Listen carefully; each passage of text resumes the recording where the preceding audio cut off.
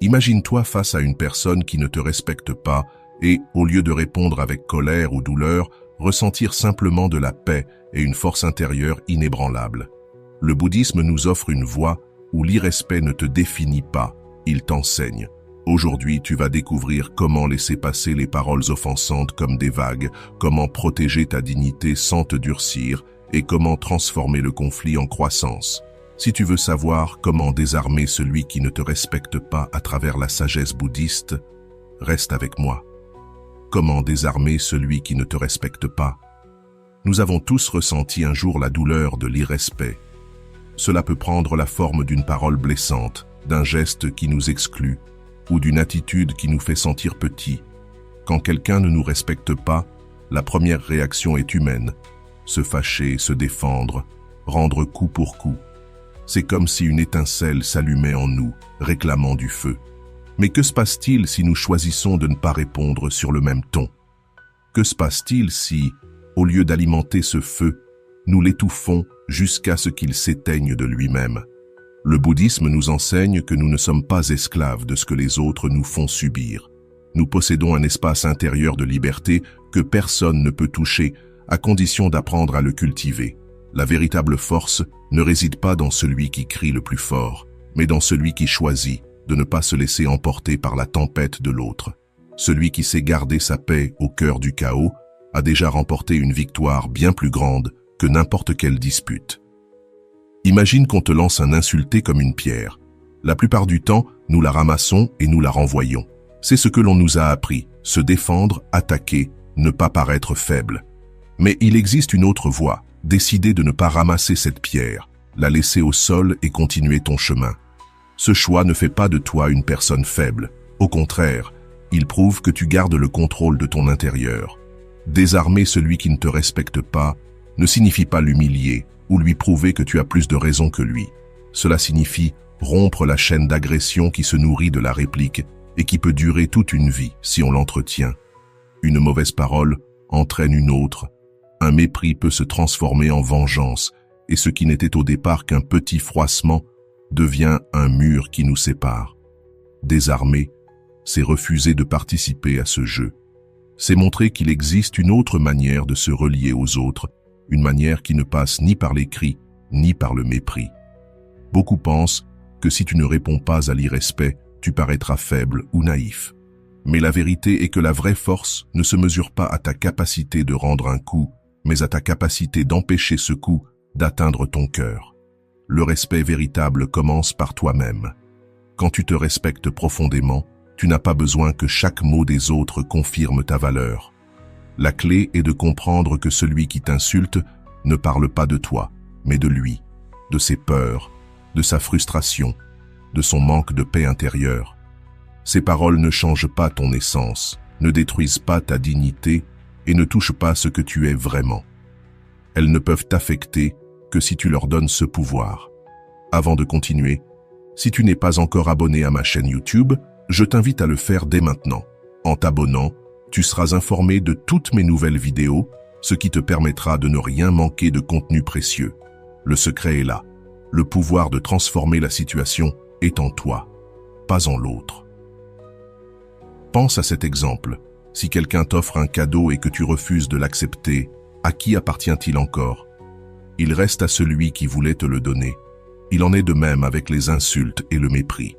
Si tu ne les acceptes pas, ils restent à l'autre et ne t'atteignent pas.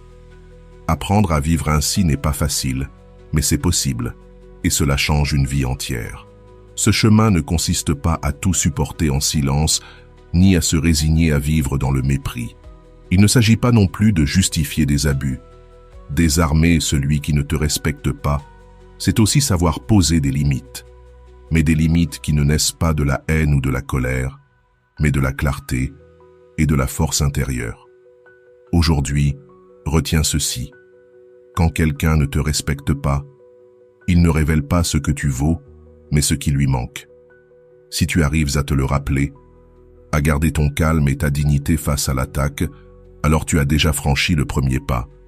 Désarmer sans armes, vaincre sans combattre, transformer le conflit en une opportunité de paix. Et durant un instant, nous croyons avoir gagné. Mais cette victoire apparente cache un venin à l'intérieur. Car en agissant avec colère, même si nous nous sentons plus forts, en réalité, nous avons laissé l'autre nous entraîner à son niveau d'agression. Nous avons permis qu'il dirige nos actes. Le chemin de la non-vengeance propose quelque chose de beaucoup plus profond. Ne pas laisser le venin de l'autre devenir notre venin. Ne pas répondre avec la même énergie, mais avec une force différente, plus haute, plus claire. Cette force est celle qui désarme. Non pas parce qu'elle détruit l'autre, mais parce qu'elle brise la logique même de l'affrontement. Quand quelqu'un attend ta réaction violente et qu'il ne la reçoit pas, il se retrouve sans arme. C'est comme donner un coup de poing dans le vide. Une ancienne sagesse l'explique avec une image simple. Si tu allumes une torche pour brûler ton ennemi, au final, c'est toi qui la portes. Et avant même d'atteindre l'autre, elle brûle déjà ta main. Voilà comment fonctionne la vengeance. Elle te consume en premier. Elle t'envahit de colère, de pensées sombres, de nuits sans sommeil à ressasser ce qu'on t'a fait. Et même si tu rends le coup, tu découvres que tu n'as pas trouvé la paix, seulement plus de vide. Le chemin de la non-vengeance, au contraire, est un feu différent, non pas celui qui détruit, mais celui qui éclaire. C'est transformer la blessure en enseignement. Quelqu'un t'insulte, et au lieu de laisser cela t'enfoncer ou te transformer en agresseur, tu en fais une opportunité de grandir en patience, en force et en clarté intérieure. Ainsi, ce qui était une attaque devient ton maître. Non pas parce que tu approuves ce que l'autre a fait, mais parce que tu as appris à l'utiliser pour te fortifier. Cela ne veut pas dire que nous devons tout laisser passer comme si de rien n'était. Cela ne veut pas dire que nous devons devenir un paillasson pour que les autres nous écrasent. Le chemin de la non-vengeance n'est pas la passivité. C'est agir depuis un lieu de calme et non depuis la colère. C'est la différence entre répondre avec haine et répondre avec fermeté. Une chose est de se taire par peur. Une autre, très différente, est de choisir consciemment de ne pas tomber dans le piège de l'agression. Prenons un exemple. Un collègue de travail t'insulte et tu choisis de ne pas rendre l'insulte. Cela ne signifie pas que tu ignores le problème. Peut-être qu'ensuite, avec sérénité, tu lui dis clairement que tu n'accepteras pas ce traitement. Ou peut-être que tu en parles à qui de droit pour fixer une limite. Mais la différence, c'est que tu n'as pas réagi dans la colère. Tu l'as fait depuis la clarté, sans laisser l'offense définir ta réponse. Et là se trouve la véritable liberté. Le chemin de la non-vengeance est révolutionnaire parce qu'il change les règles du jeu. Normalement, nous vivons dans une logique de cause à effet. Tu m'offenses, je t'offense, tu m'humilies, je t'humilie. Cette logique peut durer des générations entières dans des familles, des peuples ou des nations. C'est de là que naissent les guerres, les rancunes transmises comme un héritage de père en fils. Mais quand quelqu'un choisit de ne pas répondre par la vengeance, il brise cette chaîne. Et ce geste, qui peut sembler petit, possède une force immense. Dans notre vie quotidienne, cette leçon peut sembler insignifiante. Ne pas répondre à une insulte, ne pas rendre un geste de mépris. Mais chaque fois que nous le faisons, nous rompons une chaîne de violence qui pourrait s'étendre bien au-delà. Nous affirmons « avec moi, ça s'arrête ». Et cela nous donne un pouvoir énorme, car ce n'est plus l'autre qui décide de la direction de notre vie. Il est vrai que ce chemin exige du courage. La vengeance est tentante, car elle semble donner un contrôle immédiat. Mais le vrai contrôle n'est pas de dominer l'autre, c'est de se dominer soi-même. Celui qui sait gouverner ses émotions possède une force qu'on ne peut lui arracher. Une force qui ne se mesure pas aux cris ni aux coups, mais à la dignité, à la clarté et à la paix intérieure. Le chemin de la non-vengeance nous invite à cultiver cette paix chaque jour, non seulement dans les grands conflits, mais aussi dans les petites choses, dans une dispute avec ton partenaire, dans le geste méprisant d'un conducteur, dans le collègue qui te parle mal. Chaque situation devient un entraînement. Chaque fois que tu choisis de ne pas tomber dans le piège de la réaction, tu renforces ce muscle invisible de la patience et de la liberté intérieure. Et petit à petit, tu découvres que le respect le plus important n'est pas celui qui vient de l'extérieur, mais celui qui naît en toi. Quand quelqu'un te manque de respect et que tu ne réponds pas par la haine, tu te respectes toi-même. Tu choisis de ne pas devenir ce qu'on t'a fait. Voilà la plus grande victoire. Ne pas laisser le monde voler ta paix intérieure. Le chemin de la non-vengeance ne promet pas que les autres vont changer, ni que le monde deviendra juste. Ce qu'il promet, c'est que toi, tu peux changer ta manière d'y vivre. Tu peux choisir de ne pas porter le poids du ressentiment, de ne pas laisser le passé te gouverner, de ne pas devenir esclave de la colère. Et ce changement, même silencieux, transforme ta vie et celle de ceux qui t'entourent. La compassion sans justifier l'abus. Parler de compassion entraîne souvent un grand malentendu. Beaucoup croient que ressentir de la compassion envers celui qui t'a manqué de respect, c'est justifier son geste ou accepter que ce soit normal. C'est une erreur dangereuse. La vraie compassion n'est pas la résignation ni la soumission, encore moins la permission de se faire du mal. La compassion véritable, c'est voir au-delà de l'acte offensif et reconnaître que derrière chaque irrespect se cache une personne blessée. Car qui insulte ou méprise ne le fait pas depuis la paix intérieure. Celui qui crie le fait parce qu'il a un vacarme intérieur qu'il ne sait pas apaiser. Celui qui ridiculise est en réalité insécurisé et croit qu'en abaissant l'autre, il s'élèvera un peu lui-même. La compassion commence quand nous comprenons que le manque de respect parle plus des manques intérieurs de l'autre que de notre propre valeur. Mais attention, comprendre la douleur de l'autre ne signifie pas tolérer ses abus. C'est là que se trouve l'équilibre de ce chemin. Ne pas nourrir la haine parce que nous savons que l'agresseur est un être humain brisé dans sa propre souffrance. Mais en même temps, ne jamais laisser cette souffrance justifier son comportement, ni nous arracher notre dignité. La compassion sans justification, c'est un double mouvement. À l'intérieur, nous cultivons un regard qui ne s'empoisonne pas de rancune, qui ne réduit pas l'autre à son offense, qui sait voir sa fragilité même cachée derrière les cris ou le mépris. À l'extérieur, nous posons des limites claires. Nous protégeons notre espace et nous affirmons « jusqu'ici ». C'est ce juste équilibre qui nous permet de garder la paix intérieure sans tomber dans la soumission. Imaginons un proche qui te parle constamment avec mépris. Tu pourrais répondre avec colère et aggraver la relation. Tu pourrais aussi te taire par peur et accumuler de la rancune. Mais tu peux aussi pratiquer cette compassion lucide, comprendre que ces mots viennent de sa frustration, pas de ta valeur, et en même temps lui dire fermement que tu n'accepteras pas ce traitement. Tu ne l'attaques pas, tu ne l'humilies pas, mais tu ne lui donnes pas non plus le pouvoir de t'écraser. Cet acte de fermeté paisible est déjà un geste de compassion, parce qu'il n'ajoute pas plus de haine au monde et qu'il protège ta dignité. La compassion, ainsi comprise, n'est pas une faiblesse. C'est une force profonde qui demande du courage, car haïr est facile, il suffit de se laisser aller. Mais pardonner et poser des limites dans le calme exige une grande maîtrise intérieure. Et il y a quelque chose de libérateur. Quand tu pratiques cela, tu découvres que l'irrespect ne t'empoisonne plus comme avant. Non pas parce que tu deviens insensible, mais parce que ton regard a changé. Tu vois l'offense comme un reflet de la douleur de l'autre et tu ne l'absorbes plus. La compassion devient alors un bouclier invisible. Le venin lancé par l'autre n'entre pas, car tu ne le ramasses pas. Et tu ne le renvoies pas non plus. Mais une fois encore, il faut le répéter. Compassion ne veut pas dire tolérer des abus répétés. Parfois, la plus grande compassion, c'est la distance. S'éloigner de quelqu'un qui nous blesse, même si c'est un proche, ce n'est pas un manque de compassion. C'est reconnaître que nous ne pouvons pas changer l'autre et que le plus sain est de ne pas continuer à nourrir une relation toxique. C'est aussi de la compassion envers nous-mêmes et envers l'autre, car en prenant nos distances, nous n'alimentons pas davantage le conflit. La compassion ne doit pas être une excuse pour la passivité. Elle est une force active qui nous permet de répondre avec dignité, sans perdre notre paix intérieure. En réalité, celui qui pratique la compassion sans justifier l'abus devient plus libre, parce qu'il ne dépend plus de ce que font les autres pour se sentir en paix. Il n'attend plus que les autres changent pour aller bien.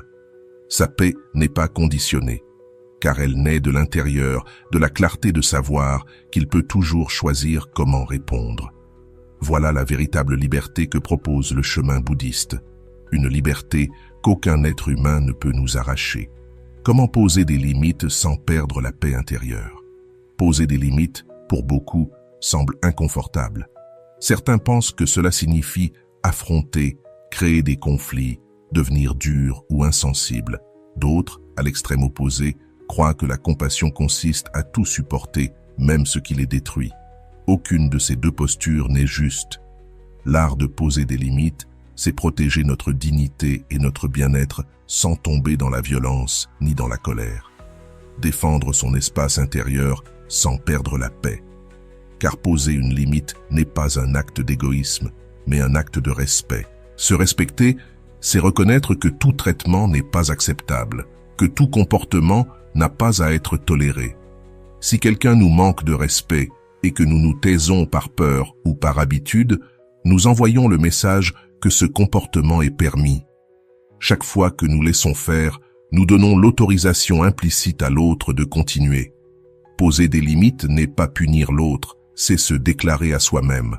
Je mérite le respect, et si je ne le reçois pas, je ne participerai pas au jeu de l'humiliation. Il faut comprendre que les limites doivent être posées dans la sérénité et non dans la colère. Un cri transforme la limite en attaque. Une parole calme, en fait, une barrière saine. Imagine une différence simple, le mur et la clôture. Le mur est élevé avec peur et ressentiment. Il bloque tout, même le bon. La clôture, elle, délimite avec clarté. Elle dit « Ici commence mon espace, là s'arrête le tien ». Elle n'élève pas la haine, mais elle rappelle qu'on ne peut entrer sans permission. Ainsi, poser des limites, c'est construire cette clôture invisible. Parfois, un simple geste suffit. Ne pas répondre à une provocation, se retirer d'une situation toxique. D'autres fois, il faut dire clairement « Je n'accepte pas que tu me parles ainsi. J'entends ta colère, mais je ne tolérerai pas les insultes. Si tu continues, je me retirerai. » Ces phrases dites dans le calme sont 1000 fois plus puissantes que n'importe quel cri. Celui qui crie perd le contrôle. Celui qui reste serein inspire l'autorité. Sa paix désarme plus que n'importe quelle insulte. Un point essentiel. Poser une limite ne signifie pas changer l'autre. Trop souvent, nous espérons qu'après avoir exprimé notre douleur, l'autre se corrigera. Mais le vrai pouvoir du non ne réside pas dans ce qu'il provoque à l'extérieur, mais dans ce qu'il affirme en nous. Chaque limite est un acte d'autoprotection. Parfois, il suffit d'ignorer une remarque malveillante. D'autres fois, il faut parler avec fermeté. Et dans les cas extrêmes, il faut s'éloigner, couper le contact, protéger son intégrité. Mais toujours, le faire depuis la clarté, jamais depuis la haine. Poser des limites transforme. Non seulement la manière dont les autres nous traitent change, mais aussi la manière dont nous nous traitons nous-mêmes. Chaque non prononcé sans colère est un oui à notre dignité, à notre paix, à notre bien-être. Le zen et l'insulte. Une vague qui passe. Le zen nous enseigne que l'insulte est comme une pierre jetée dans l'eau. Elle provoque un choc, puis des ondes qui se propagent en pensées répétées, en émotions qui s'agitent. Mais comme les vagues, elles ne durent pas. L'insulte se dissout si nous ne l'alimentons pas. Le piège, c'est de s'y accrocher. On répète l'insulte dans notre tête, on la ramène chez soi, on l'emmène au travail, au lit. Un mot devient alors une ombre qui pèse des années. Mais ce n'est pas l'insulte qui nous a emprisonnés. C'est nous qui l'avons gardée.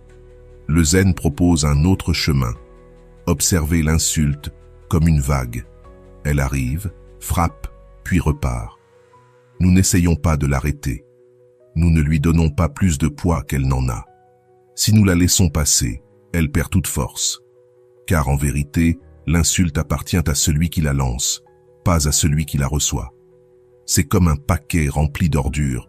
Tu peux l'accepter et t'en charger, ou le laisser retourner à l'expéditeur. Si tu ne l'acceptes pas, il ne t'affecte pas. Cela ne veut pas dire être froid ou insensible. Cela veut dire vivre avec légèreté, sans se charger inutilement. Si chaque vague restait figée dans la mer, l'océan s'effondrerait. Mais il reste libre parce qu'il laisse passer.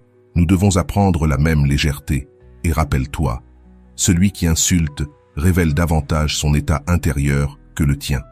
Une personne en paix n'a pas besoin d'agresser. Une personne heureuse ne cherche pas à détruire. L'insulte est le reflet de sa turbulence, pas de ta valeur. C'est cela, la liberté intérieure. Apprendre à poser des limites claires, à laisser passer les insultes et à ne plus donner aux autres le pouvoir de définir notre paix. Il ne suffit pas de dire « cela ne m'affecte pas ». Il faut cultiver la capacité d'observer, de respirer et de lâcher prise. Chaque fois que quelqu'un nous offense, nous avons une opportunité de mettre cette pratique en action. Nous pouvons sentir le coup, reconnaître l'émotion qu'il provoque, et ensuite, au lieu de tourner en boucle, choisir de le laisser partir comme une vague qui retourne à la mer. Prenons un exemple du quotidien. Tu marches dans la rue et un inconnu t'insulte. Deux options s'offrent à toi. Garder ce fardeau toute la journée ou le lâcher sur le champ. Si tu choisis la première, l'insulte d'un étranger qui ne sait absolument rien de toi marquera ton humeur pendant des heures. Si tu choisis la seconde, tu reconnais que ces paroles sont nées de son propre mal-être et tu décides de ne pas les porter. La différence entre ces deux choix est énorme. Et pourtant, les deux ne dépendent que de toi. Avec le temps, cette habitude transforme ta vie entière. Tu comprends que tu n'as pas besoin de te défendre de chaque mot, que tout ne mérite pas une réponse et que ta dignité ne dépend pas de ce que disent les autres. Tu découvres que la véritable force n'est pas dans la réplique, mais dans le fait de ne pas laisser l'insulte entrer en toi. De la même manière que la mer ne cesse pas d'être la mer parce qu'une vague frappe sa surface, tu ne cesses pas d'être toi parce que quelqu'un dit quelque chose de désagréable. L'enseignement du zen est clair. Une insulte n'est qu'un bruit passager. Ce qui la rend permanente, c'est uniquement notre décision de nous y accrocher. Quand tu apprends à la voir comme une simple vague qui passe, tu gagnes en légèreté, en liberté et en paix. Peu à peu, tu découvres que personne ne peut t'enlever cette paix si toi, tu ne la leur donnes pas. Réflexion. Nous avons parcouru ensemble un voyage profond. Nous avons parlé de ce que l'on ressent face au manque de respect, de cette réaction instinctive qui nous emporte, du pouvoir de choisir, de ne pas se venger, de la compassion qui n'excuse pas l'abus, de l'art de poser des limites dans le calme, et de la manière de voir l'insulte comme une simple vague qui passe. Chaque étape a révélé une pièce d'un même chemin, le chemin de la liberté intérieure face au manque de respect. Et maintenant, il est temps de résumer tout cela en une seule idée puissante. Quand quelqu'un te manque de respect, ce qui est vraiment en jeu, ce n'est pas ton image, ni ton prestige, ni ce que les autres pensent de toi. Ce qui est en jeu, c'est ta paix intérieure. Et cette paix ne dépend pas de ce que les autres disent ou font, mais de ta capacité à ne pas te laisser entraîner dans leur tempête. Pense-y ainsi. Le manque de respect est comme un poison. Si tu l'acceptes, tu t'intoxiques. Si tu le renvoies, tu intoxiques l'autre et la chaîne continue. Mais si tu le laisses tomber, si tu ne l'acceptes pas, le poison perd toute sa force. Ce geste, qui semble petit, est en réalité un immense acte de courage, car il te libère et, en même temps, il brise une chaîne de souffrance qui pourrait durer éternellement. Le plus beau dans ce chemin, c'est que tu n'as pas besoin d'attendre que le monde change. Tu n'as pas à dépendre du respect des autres. Tu peux commencer ici et maintenant à désarmer ceux qui t'agressent avec ta sérénité. Tu peux décider que ta dignité n'est pas à vendre, que ta paix n'est pas négociable, que ton calme ne dépend d'aucune parole. Et quelque chose de surprenant se produit quand tu vis ainsi. Tu inspires les autres. Celui qui attendait une bagarre et trouve du calme est désarmé. Celui qui attendait de la colère et trouve de la clarté commence à te regarder autrement. Parfois même, le plus agressif finit par apprendre. Pas parce que tu lui as donné une leçon avec des mots, mais parce que ton attitude lui a montré qu'il existe une autre manière d'être au monde. Cela ne signifie pas que ce sera toujours facile. Il y aura des moments où la colère te brûlera à l'intérieur, où il sera difficile de lâcher une insulte, où tu auras envie de répondre avec dureté. Et c'est normal, car tu es humain. Mais chaque fois que tu te souviens que tu peux choisir, chaque fois que tu décides de ne pas te laisser piéger, tu renforces une puissance plus durable que n'importe quelle réaction immédiate. La conclusion de ce voyage est une invitation. La prochaine fois que quelqu'un ne te respecte pas, arrête-toi une seconde. Respire. Souviens-toi de tout ce que nous avons partagé. Demande-toi, est-ce que je veux entrer dans son jeu ou est-ce que je préfère garder ma liberté? Est-ce que je veux porter son poison ou le laisser tomber? Ce simple instant de silence peut tout changer. Il peut être le début d'une vie plus légère, plus digne et plus libre. Et si ce message a résonné en toi, si tu sens qu'il peut aider d'autres personnes qui luttent elles aussi avec la douleur du manque de respect, je t'invite à partager cette vidéo, parce que le monde a besoin de plus de personnes capables de répondre avec calme, de plus de personnes prêtes à briser la chaîne de la vengeance, de plus de personnes qui refusent d'être emportées par la colère. Partager ce contenu, c'est semer une graine de paix au milieu de tout ce vacarme. Merci d'avoir été là, d'avoir pris le temps d'écouter et de réfléchir avec moi. Ce chemin ne se termine pas avec cette vidéo. Il commence maintenant, dans chaque situation de ta vie, dans chaque parole que tu reçois, dans chaque geste que tu interprètes. Tu as entre tes mains la possibilité de transformer chaque offense en un acte de liberté. C'est là ta force. C'est là ta victoire. On se retrouve dans la prochaine vidéo. Prends soin de ta paix, prends soin de ta dignité et rappelle-toi toujours, personne ne peut t'enlever ta liberté intérieure si tu ne la leur donnes pas.